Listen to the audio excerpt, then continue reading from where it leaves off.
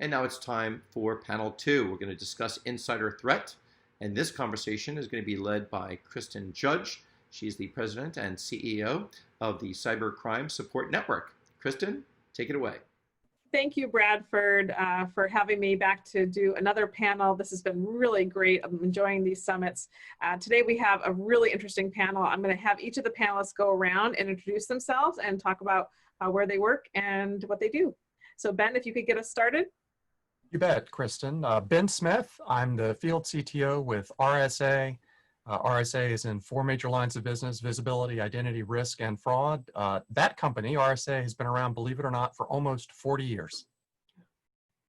Great, thank you. Steve? Hi, I'm Steve Litras. I'm the lead evangelist at Cribl, which we make, we're in the log management space. Great, thank you. And Nick?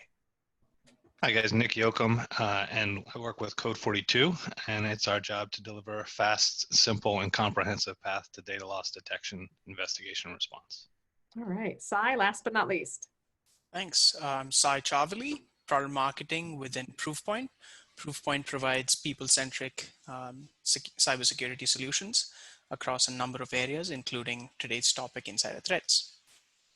Thank you. And we know with insider threats, Nick, I'm going to put this first question to you, that the issue with insider threats is trying to figure out who they are before they become a threat, or finding out about the malicious attack before. So tell us a little bit about how do you identify potential malicious users before there's an attack and then defend against them? Yes, that's always the challenge, right, is figuring out who the insider is before they become the insider. Yeah. First way is you take a look at employees and as they become a risk to the business through that employment life cycle. So the first thing that comes to mind is the high risk employee. You know, it could be an employee that is maybe unhappy with their job, or they're put on a performance plan. Maybe they just have a lot of access into the environment. They could also just be somebody that's a VP director above, or they're working on a top secret project, that sort of thing, right? The other side of that coin is what we've seen from research out in the field is the departing employee. When people put in that 2 weeks notice, it's important to be able to have a look back period, because when that 2 weeks notice goes in, you know, they know that they're going to be monitored from that point forward. So it's important to be able to look backwards. So I think those are the 2 most critical parts of identifying risk in the business. Great. And do you think sometimes there's the automatic shut off? So when someone is going to be let go, you don't give them the 2 weeks, you sort of shut them off. Is that happening out there too? Well, yeah, there's that part, right? And to have a tool in place that's quick and easy to use, that you can say, okay, let's take a look at what this person's done before we let them go. Because if you've already taken data and you're exited out of a company, well, then what's the recourse there, right? Right. Thank you. A lot of times that becomes a legal implication. Sure. Sure. I'm going to throw this one over to Ben. How do you detect malicious threats once they've occurred, and then what do you do to mitigate the damage? Yeah, so let me follow up on Nick's great opener, Kristin. You know, from my perspective, I think there's good science out there that indicates that the most dangerous 60 days as it relates to intentional insider threats are the 30 days right before termination, like Nick was talking about. Being able to look back into that window is very important. Logs, network traffic, any other user activity. And then it's the 30 days, believe it or not, post-termination, when if you've got a good identity lifecycle governance solution in place, you should have already permanently removed those entitlements. But we've all read stories about organizations that might have left that user account up and active. So it's that 30 days prior to termination and the 30 days prior to the notice and 30 days afterwards. The tool set is important, if not critical, Kristin, to directly answer your question. Having something that allows you to kind of press that rewind button to go back in time to see what was happening on the network, where that user touched, maybe if he or she used a USB device, perhaps against policy. These are all technology answers to that real world challenge. Sure, you're going to need some technology help to make that happen. Cy, did you want to add anything about how do you detect the malicious threats, and then what do you do to mitigate the damage? Sure, I think both have provided very comprehensive answers. The area that I'll add is that this is not just about data loss, I guess, and especially insiders before they undertake any malicious insiders, especially before they undertake any data loss. Usually they've kind of shown signs of other negligent or poor security awareness, or just other out of policy actions. And so it's that entire thing, and that's what makes insider threats so difficult, because it's not just any one threat vector today. It's really about your people, and while they're doing their jobs, some could be, a small percentage could be malicious. That's a good point. They're not always malicious intent, but we know that the humans are certainly an issue. And Steve, what did you think about this question? Well, I think tooling is very important, of course. Understanding your people, knowing your people, understanding your people, least privilege, all the typical stuff is super important. I also think that eliminating the noise in the system is important. We all have thousands of tools in front of us that are spewing alerts at us on a regular basis. Those are it's really easy to get the real ones kind of lost in the middle of that. So signal to noise ratio is super important. And being able to have a real data management approach to all of the data that you're dealing with, to be able to keep that signal to noise ratio high, I think is a key component there. That's a really great point.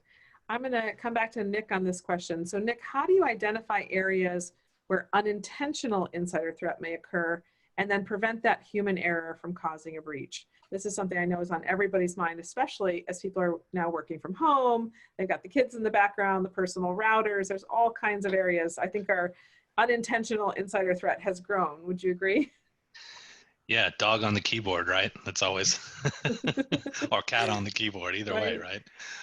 Absolutely, unintentional insider threat has grown. And just, from a data portability point of view, the fact that it's easier to move data than ever before, what I find more times than not is it's the cloud services that are where the data is getting exposed, especially the cloud collaboration platforms. So having a set of controls and kind of hardening that environment, I think, is key to success, as preventing that. And it goes hand in hand with training, right? I think we've all been guilty of it, is sharing a file with a public link. Is that the best way to do it, or is it best to share it with the people that you mean to see it, right? And if somebody else needs access, they can always request it. So it's part of training, part of policy, part of procedure, and also just hardening the environment, the cloud environments. Okay, so really it comes down to the education and then putting in the stopgap so that they can't make the mistake on their own. That's interesting. Exactly. And so, Cy, what do you think about the unintentional insider threat and preventing human error? Yeah, actually, two things I'll just add on to what Nick was saying. Absolutely, the accidental is so key, Kristin, because we did a report with the Ponemon Institute and IBM Security, came out in 2020, where almost 2/3 of all the insider threats that we've seen are accidental, and a lot of them are small. A lot of them can mean it's difficult for the security team to kind of track them down. There's not as much organizational initiative to track those down and all of that. And so all the things that the various panelists will talk about as well. And the last thing I'll bring up on that note is we've actually seen, I was of the same opinion as Nick, that cloud services, what we're using now, is probably the biggest. What we're also seeing just in our customer data is that it's a lot of out of policy activity on the corporate endpoint, because many people sometimes don't have another endpoint that for their entire family, and that's being used by other people. So all of those kinds of things are kind of cropping up in behaviors today. Yeah, CISOs are certainly getting even less sleep than they used to during COVID. I can only imagine. I would not want to be in charge of a bunch of endpoints for a large corporation right now. So Ben, I'm going to ask this one to you. What more can be done to raise the bar on the level of knowledge employees should have for online safe behavior?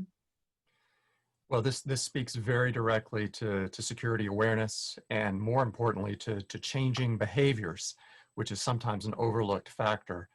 There's a ton of good approaches, a ton of good content, ton of good vendors out there that can help you with that. The one important piece of advice I like to leave behind with customers is to remember that none of us have an on-off switch in terms of how our behaviors change between work and home. They might be different environments. Today, they're probably not. They're probably the same environment. If you spend a lot of time and money developing content that speaks directly to what your workers should do during that 9 to 5 period, I would argue humbly that you're missing a big opportunity, because if you really want to change behaviors of those users, you want to approach those users with a message that speaks to them both at work and at home. Mm-hmm. And some companies, I think, shy away from that at-home messaging because there's liability concerns. I've found it to be a very successful indicator of a security awareness program. Again, there's no on-off switch, so our security awareness training should try and approach that individual as the 100% person that he or she is. You know, I couldn't agree more. With all the security education and awareness I've done, whenever I tie it back to them at home, they perk up, they pay attention, they write it down. And they're good cyber hygiene is good at home, is good at work. We don't have to come up with a different message. You know, two-factor authentication is going to help you in both places, you know. Yeah. So I think it's really helpful when you make it not just about work for people. I've seen that resonate in audiences of hundreds of people, and I think that's great. And I want to tell you too that, you know, when you're talking to these audiences about what happens to them at home, that's where our nonprofit comes in. And we've created fraudsupport.org. So if someone has been a victim of a cybercrime or incident, they can go there and figure out how to report, recover, and then reinforce their security. And what we hope that does is keep it from maybe coming into the workplace or having to take so much time off to get these things, you know, resolved. So we're hoping that we're helping the workplace, even though we're focusing on people, what happens to them at home, because you really can't pull the two apart. Yeah. Nick, I'm going to pull you in on this one. How are insider threat behaviors changing during the pandemic and remote work? So how do you see increased work from home? Let's talk about some of the specifics on what security teams should look for in order to protect on and off the network. Yeah, that's another challenge, right? So obviously after everybody's left the four walls of the firewall and everybody is remote, you know, you have to have different set of controls to monitor the end use employees, because at the end of the day, if you can't see it happening, then it never happened, right? So visibility is key. I think what I've seen is an uptick in printing from the home users, right? So being able to have visibility into what's being printed, and if there's any need for that. USBs goes hand in hand with that. Should anybody be using a USB while they're at home? Probably not. So even if they were allowed to before from some sort of a job functional perspective, now that they're at home, they really don't need to. So having visibility, I think, is key now that the firewall isn't the single thing that rules everything. And Sai, did you want to add anything to that? Yeah, I'll actually agree with some of what Nick has said. So in our data, we actually are essentially looking at what customers are seeing in terms of their alerts, what's happening, and what customers tell us. And so we do that every 3 months, and we have a before and after kind of the pandemic started, and now the pandemic has kind of continued. What we have seen is the obvious rise in cloud services. From cloud services were always something that data exfiltration happened through, but it's now become the third most important, and USB still is very important. The other one that I kind of touched upon earlier, but I want to mention again, is this use of the corporate endpoint for personal activities, whether that has been out of policy activities, whether that has been non-work kind of activities. That's really sprung up quite a bit. And we've seen customers kind of this case of sharing passwords, having passwords written down on in files, and all of that has just increased more because there are different people using the same endpoint now. Good point. Steve, I wanted to see if you wanted to add anything on the work from home front. No, not really. Okay, all right, great. I just want to make sure, this next question is for you. So knowing that security breaches can happen long in the past, how long should you keep security data in case you need to investigate?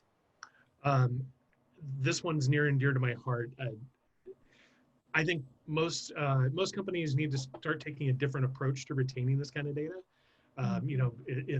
It's incredibly expensive to keep it in your SIM or keep it in your log management system. Those systems require fairly high-end hardware on the back end to be performant. I actually think as long as you can afford, If you can have a data management policy that allows you to keep that data in a cheaper store where you can actually afford to do years and years, absolutely do years and years. You know, I've been at companies where we've had 18 months as our retention policy, and guess what? You end up running into problems where that's not enough. Really? You know, we've all heard of breaches that have taken four or more years to detect. So, you know, I don't think there is a too long in that case. Interesting. Anybody else want to chime in on that one? That's interesting. I hadn't thought about that. Yeah, I would jump in. Nick, I saw you for a second. Let me take 30 seconds just to say I'm in full agreement, Steve. There are platforms out there that try and address that particular challenge by allowing you to keep that raw log data or raw packet data for one amount of time. But the metadata, kind of the descriptive data of all that raw data, which is a much smaller footprint from a storage perspective, if you've got a platform that kind of tiers it out that way, that makes it very easy to keep months, quarters, even years of information. Yeah, and I just wanted to tail off of that, right? There's a court case that just got solved recently based off of not being able to have the burden of proof of the data that was actually taken. And it just, that was back in 2016, just got settled, a month ago. So 4 years later, and the company unfortunately lost the case because they couldn't prove that this person actually took any data. Wow. Okay. And it's a huge, I mean, we're talking hundreds of millions of dollars. That's a big lesson learned. Yeah, a big lesson learned. Ben, I'm going to ask you this next question. How can my existing SIM platform help me uncover insider threats within an organization? Well, I think that's a great question for all of us, right? We've all probably got a really good answer there, but it all for me comes down, Kristin, into how do you define what a SIM is, Security Information Event Management. Classically, that's a log management platform, and Steve's really kind of put his finger on that. I would agree that that's really kind of table stakes. Everybody needs a SIM. You need to be collecting, you need to be reviewing your logs on a regular basis. But I would encourage folks to kind of think about this at a higher level in terms of visibility. Logs are important. Full packet capture, I would argue, is super important. Even to Nick's case, being able to demonstrate that somebody actually stole something off the network may or may not show up in a log, but that exfiltration is probably going to show up in a network capture. Or NetFlow if you've got data centers, and certainly there's endpoint data. So when we think about a SIM, we like to kind of characterize it a little more broadly, Kristin. We think that it's logs, it's packets, it's NetFlow, and endpoint, really to get you to the visibility in a perfect state so that you can see everything that's happening in your environment. Anybody else want to chime in on that topic? I would just add to it that I think all of that data is super important. It's also incredibly noisy.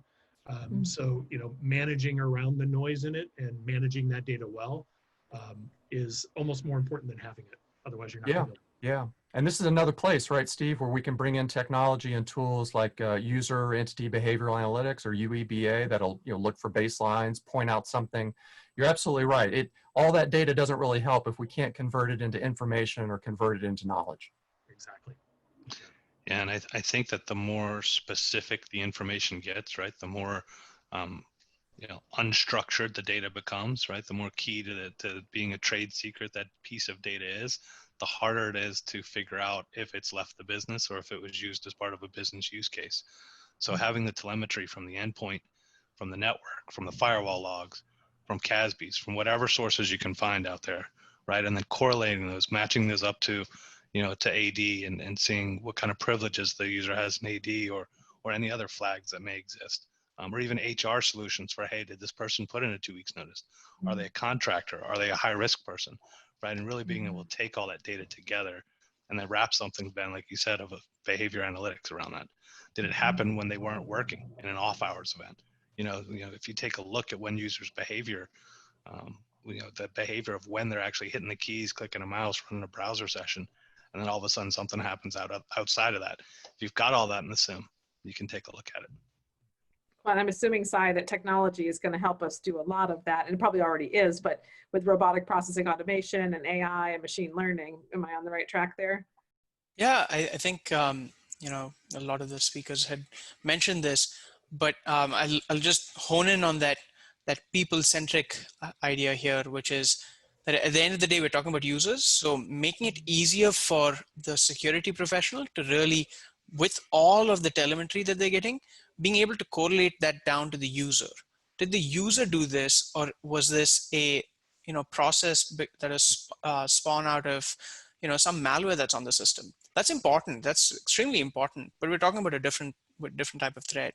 And so within your, whether it is a SIM, whether it is a UEBA, whether it is whatever the solution, your pane of glass is, being able to tie that together to the user at all times is what makes the security professional's life very easy, because otherwise they're then going back to the original logs or original solutions to try and piece that together themselves. And that's really what we're talking about when we're talking about insider threat management. That's a good point. And Nick, if a company doesn't already have an insider threat program, can you give some suggestions about what they might do from here? Because I'm sure after listening to all of you, they're going to want to make sure they're looking at that. Sure. So you're talking about how would you kick off or start that sort of a program? Yeah, right. Well, so I mean, from a people, process, and tools standpoint, obviously, I think the first thing you need is you need a good legal and HR department to actually sign off on sites as it being something that they care about. Because at the end of the day, if you don't have a backing of something that they care about, then it makes no difference. I've got some customers, on the West Coast, right? And they have a different outlook where they're saying, hey, look, it's okay for our users to put personal stuff on their endpoint and to use their endpoint for personal things. And so if legal doesn't have an AUP in place that says, yeah, hey, here's our acceptable use policy, we care about this stuff, then you really can't do anything. Your hands are tied as a security professional. So you have to have that process in place. Then you have to dedicate personnel to it, because the person that's running the malware or the firewall side of the house, they don't have time to do that, right? It requires a lot more investigation. And then, of course, you have to have a tool set that gives you intelligence around, hey, where is my data moving? So I think that's what it comes down to really start out that program. So you're saying it starts with leadership buy-in for sure. Anybody else have other suggestions for a company that's saying, I need an insider threat program, where do I start? I was just going to add that not only do you need good HR and good legal, you really need executive buy-in. A lot of companies, the culture is not going to take over if the executives are not actually parroting the same thing and modeling the right behavior for the rest of the company to follow. And even absent standing up a program, as Nick has strongly suggested, I mean, a full agreement there, Nick. This is just a great opportunity to make sure that HR and your security team are at least communicating with one another, especially in the context of an insider threat. I think you've heard all of us talk about the importance of an intentional threat that occurs or arrives in conjunction with somebody leaving the organization. HR probably knows who's leaving the organization. They're probably the first people to know, but I've worked with too many customers where that connection, those silos, if you will, between HR and security are not there. And that's a missed opportunity. Yeah. And I think a lot of times, go ahead, Sai, yeah. No, I'll just add two kind of tips that we've seen a lot of customers start when they don't have a program. So, in many cases, we're talking about starting a program, and that's sometimes quite difficult especially today's kind of constrained resources world. But in many cases, you can start an initiative with no new personnel. The two things that we have seen that really are important is at least having an executive sponsor, as Steve was talking about, wherever they may be, especially if they can be in compliance, HR, or cybersecurity. Apologies, there's going to be a bit of noise on my side here. Okay. But the second part is having a working group within the at the lower levels who can actually push the program forward. Great. If I can just add one more thing where I've seen these go wrong is I've seen a lot of them where the program kind of starts about here's what you will do, not why. And I find that a lot of employees are going to kind of blow that stuff off if they don't really understand why it's important to them. So focusing on the why, I think, is really critical as well. Well, the why, and I think doing exercises, even in a small company like ours, we're doing exercises. You've got to make it real for people where they have to react and say, oh, shoot, I don't know who to call next. What am I supposed to do here? And this could actually really happen to us. And you've got to make it real, something they actually feel the anxiety around the situation happening. So Steve, I'm going to ask you to tell us a little bit. So, when there is a breach, let's say it's insider threat, a breach happens. those breach investigations can be painful and time consuming. Are there some tips that you can give people, and everybody else can join in after Steve, to help make those breach investigations a little bit easier? I'm going to sound like I'm repeating the same thing, but it really comes back to signal to noise. You know, if there's a bunch of stuff in the systems they're working with that they can't get through, or that's actually impacting the performance of those systems, it just makes it extra hard for them to be able to investigate. You need to give your basically anybody doing any kind of investigation a clean environment in which to work. And if that's a matter of, you know, as a company cleaning up a lot of old things that sit around. I mean, I've been at companies that have been long lived and we never cleaned anything up, and boy, did it cause us problems. So, you know, good hygiene, both cyber hygiene and really just general IT hygiene is super important for that. Anybody Yeah, else? and How do we I'll make the add. breaches? There you go. Please add, Ben. Thank you. Yeah, thanks, Kristen. I'll just add on to say, just like a wise doctor should not self-diagnose a problem. And if you're in the middle of a breach or an incident, regardless of scale, this is really a great opportunity to bring in, there are dedicated organizations who just do that. There's incident response retainers that are available from companies today, so that if your hair isn't on fire right now, you will be at the top of the queue when your hair is on fire. So any sort of a breach, and let's remember, right, a breach is not just a technical remediation. There's a marketing component, there's a communications component, there's obviously a legal component. Some customers will start with a phone call to their law firm to try and protect all of that information behind attorney-client privilege. So an incident response, larger organizations that might have dedicated teams exclusively focused on that is great, but that doesn't describe most of us in the real world. So that's probably an opportunity to pick up the phone and bring in some folks who are focused on that area. Prior to the breach, ideally, you have a relationship. Ideally, yeah, that's where that retainer comes in. It can be a great time saver. Like, Nick, did you want to add to that? Yeah, I just think that you also need to have a tool set that's capable of delivering information from the endpoint to the cloud, right? Your cloud apps, your browser activity, USB activity, instant messaging platforms, right? Whatever the tool sets that the users have. And then I think beyond that, access to the actual file. A lot of times what I see is security companies, internal security teams have all these wonderful pieces of information, but they all live in different places. So the part that becomes making the investigation more challenging and increasing that time to value is that they have to look in all these different tools to find the information, and then actually get a copy of the file is another week or two process. So I think those things in conjunction just provide a better response.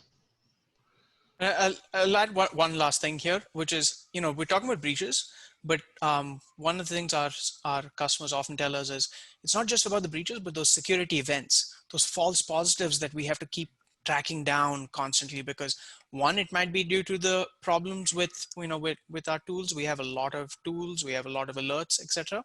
But also because, there are many security events that keep coming up that are at a lower level that occupy a security team. And in today's world, many companies are still standing up their insider threat program. They're kind of maturing it. They don't have that many personnel to just kind of follow blind alleys.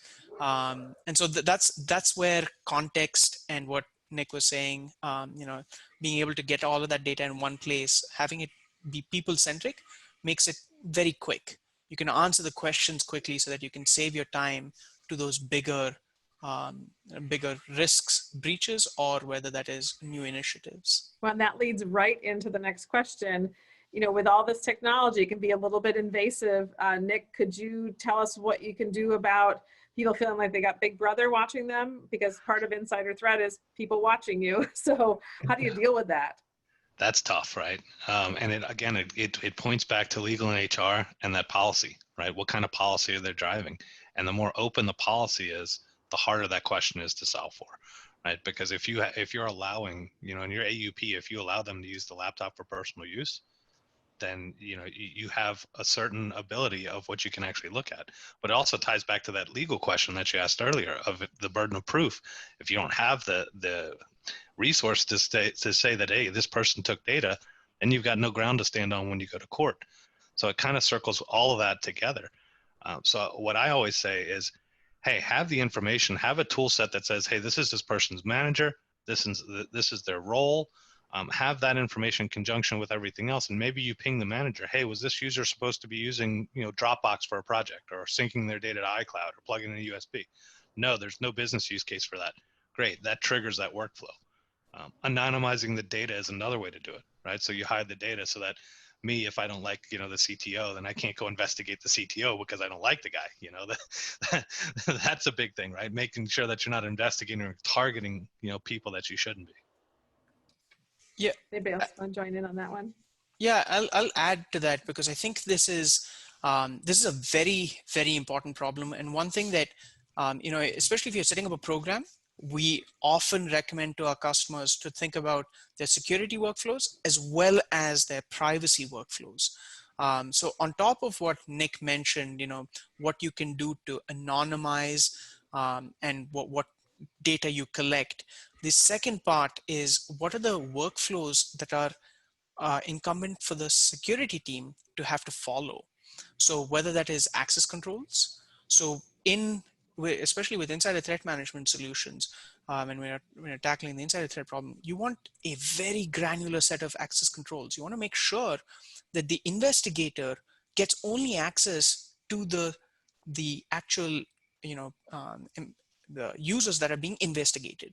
There's no reason that they need to get access to the rest of the users who are just part of who are in the monitoring on the monitoring track. Thank you. So Now that's we're kind of thing. Yeah. We have about 5 minutes left, maybe 4. So what I'm going to do is I'm going to go around the circle here one more time, and I'm going to have Ben finish us off with a few words, but also any books that you might recommend on the insider threat topic.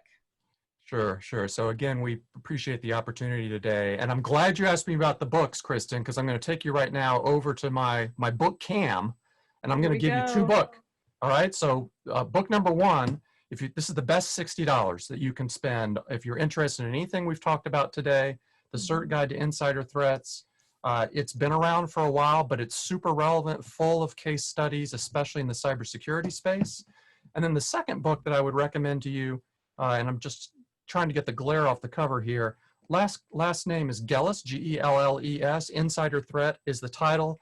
If you're standing up a program, especially a program that is broader than just cybersecurity, that Gelles book is a good second place to go. But that CERT Guide to Insider Threats is where I would start if you're interested in anything we've talked about today.